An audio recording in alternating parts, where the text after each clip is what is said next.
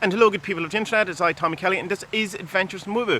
And in this episode I want to talk a bit about Peter Kinglsey's idea of common sense, being that we are reading one of his books over on Patreon as part of the study group.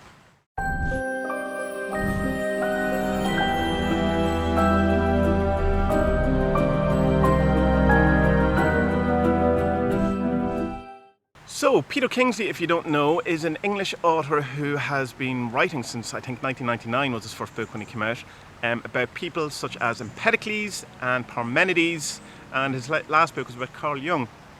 And his main kind of thrust, or main idea, is that there is a spiritual origin to the Western world, or to the Western civilization, that has been deliberately, in a sense, whitewashed to make our current civilization, our current kind of thing in the West, kind of like made to feel like it's an aberration, like it's something wrong, like something that just happened. And he believes this happened because of the original ideas from people like Empedocles and Parmenides, who he sees as divinely realized people, who deliberately seeded this Western world, as he would say, the seed came from another world into this world. So from the underworld, these people ushered in this civilization purposely, not as a mistake, and give people the gifts of, say, things like rationality and all of those things. But people who followed them got it all wrong and kind of, in a sense, fucked it all up.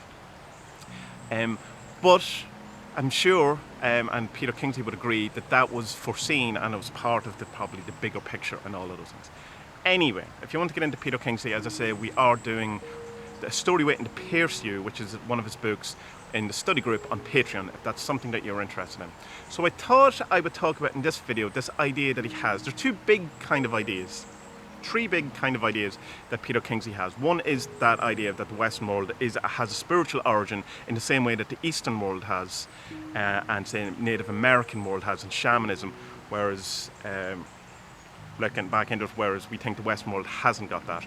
If we do think there's any kind of spiritual kind of ancestry to the Western world, it's some sort of Abrahamic religion, which he says stuff predates it. Anyway. The second thing he talks about is this idea of incubation, which is a kind of a meditative practice. And I'll talk about that in a different video, but the one I want to talk about today is this idea of common sense. Now this took me a long while to understand, because as with all of these things that Peter Kinglsey talks about, they're very simple ideas. And you tend to want to complicate things or overly complicate things or read too much into them or just not accept the simplicity of them.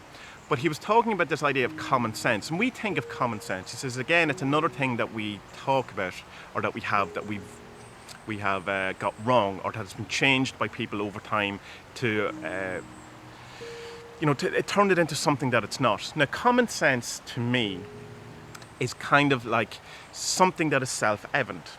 This is, how did you work out how to, open that door? Well, it's just common sense. You just turn the handle. It's self-evident.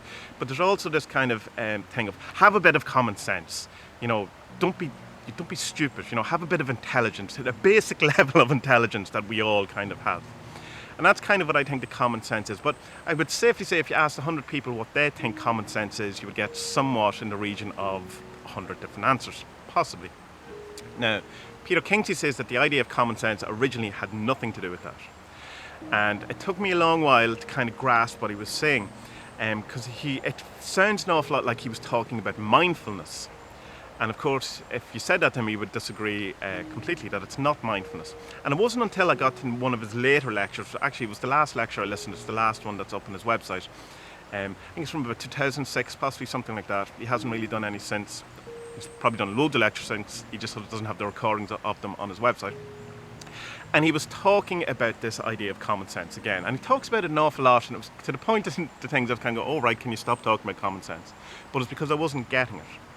So here's my understanding of common sense in the Peter Kinglsey or the ancient Greek kind of sense.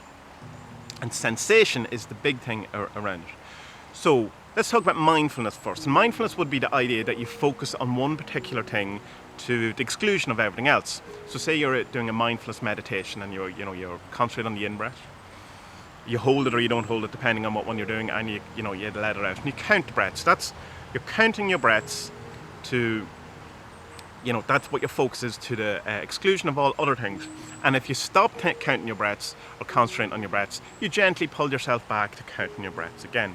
So that's kind of like concentration meditation, mindfulness. And Vipassana, in a sense, is the naming thing, where if you're still focusing on something, but not necessarily, and then if you start thinking thoughts of, I don't know, bills, you name it, that I have to, you know, that's worry. Or if you hear sound, you go, that's sound, or whatever. At least that's my understanding of Vipassana. Anyway, I may be wrong. Naming, it's a naming meditation. But there's still that kind of idea of concentration. And Zazen would be similar. You bring yourself back to center or whatever. Although Zazen is probably closer, in a sense, to common sense than all of the other ones, because it's an open eye meditation and you're not meant to exclude everything. You're just meant to dwell in that kind of thing. I hate Zazen. It drives me insane. But, excuse me. But this idea of common sense, in the Kingsley sense, is the you become aware of all of the things. You use all of your senses rather than focusing on one particular thing, which is mindfulness. So you're lying there, say, doing an incubation, which is basically the very easy instructions of incubation is lie down, close your eyes, and die. It's practicing to die before you die. So it's just being in that kind of moment. But the common sense thing is that you try to be aware of what you can hear. You try to be aware of your sensation in your body, you know, like say your fingertips, or it mentions buttocks and all that, you know, the feeling as you lie on the ground. And then you also try to be aware of the blackness, or as he calls it, the greyness, if your eyes are closed, that colour grey or whatever. And you try to be aware of all of these things. Now, he doesn't bring in smells and he doesn't bring in taste. And I don't know if that's just his own sensibility or whether they're irrelevant to this kind of common sense. So when you are being aware of your hearing, being aware of your seeing, and being aware of your sensation in your body, the feeling of your body or whatever, he says this common sense then initiates, or you become aware of a kind of an overarching sense that draws all these together, but is like the synergy of these things, but it's like the collection of senses make a bigger, better overall sense, something that is bigger than the sum of its own parts. Kind of like Captain Planet, I suppose. That type of thing where when all the elements join together, you get this superhero sense.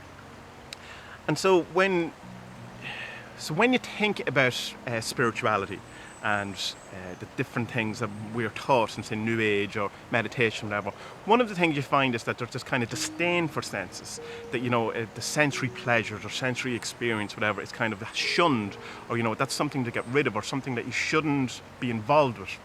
It's something you should transcend, or something that you need to get past. You know, it's a block, it's a trap. But Kingsley would say, no, the way to get through these, or the way to find God, or whatever you find is the word you want for whatever is your goal in all this, is through the senses. Is this allowing your senses to direct you, finding your path to the divine through your senses rather than shunning your senses, or trying to get away from them. He would say that when you realize this common sense and the sensation that you have, that the sensation, this thing within you, is the same sensation that is within all things, with all people and all things, so that there's only one sensation. And this is kind of the non-dual thing or whatever. And this is the realization that we're all one, there's one person in the room, all of these things. So that's kind of his idea of common sense.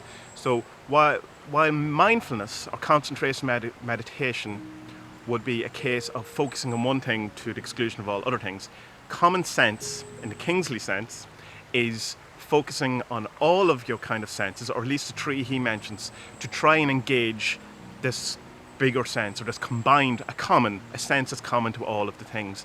And this sense has a kind of a divine realization.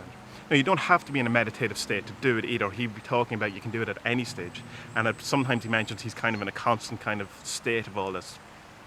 And I think when people kind of say things like that, I find it a bit, yeah, right. But possibly he is, you know, like I'm judging him by what I'm kind of capable of doing, and I'm certainly not capable of being in a constant meditative state.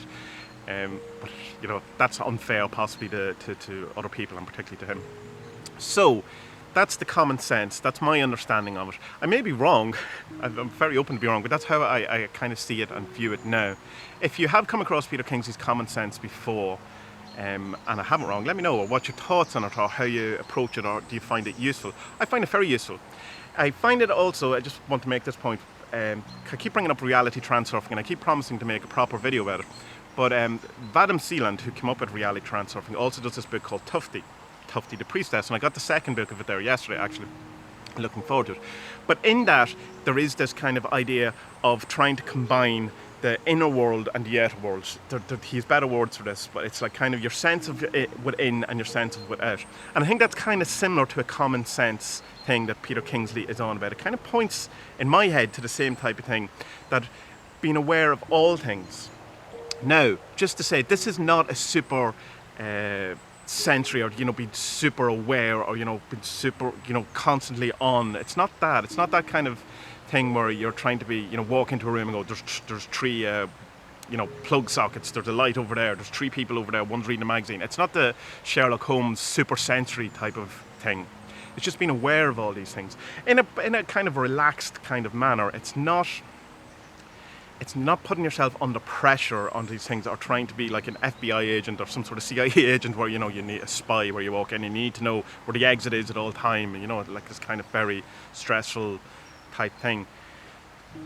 And that the kind of reality transurfing thing, it's just to be aware of both things. And the way, it's a good kind of way to describe it is if you're driving and you suddenly realise that you're driving. When you're driving and then you go, geez, I can't remember the last 10 miles I've just driven.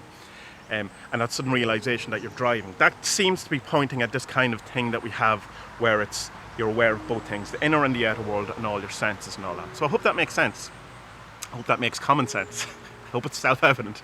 So that's it. If you're into it, try it. It's definitely an interesting kind of approach to things, rather than trying to shun your senses, which we've been told by so many different kind of areas of spirituality. It's the way to God, or whatever words we want to use, is through the senses. You transcend the senses by going into them. And that's like you don't run away from your problems, you run to them, and all that kind of stuff. So it seems congruent with all of that kind of stuff. I will do another video about incubation, because that's equally brilliant, and I'm enjoying that as well, and it's really got my love for meditation back, along with the Magia teachings from Alan Chapman and his meditation process and ideas. That kind of thing has really rejuvenated my entire outlook on meditation. And if you want to join the study group over on Patreon, feel free to do that. It's me reading through his book, giving my thoughts, and then we discuss it together like a proper book club on the Discord channel. If you're not in Discord, you should join that as well, because it's a really nice community. We have some really nice chats, and everyone's super helpful and super nice, unlike an awful lot of places on the internet, which are the exact opposite. So, good people of the internet, until our next adventure, be well.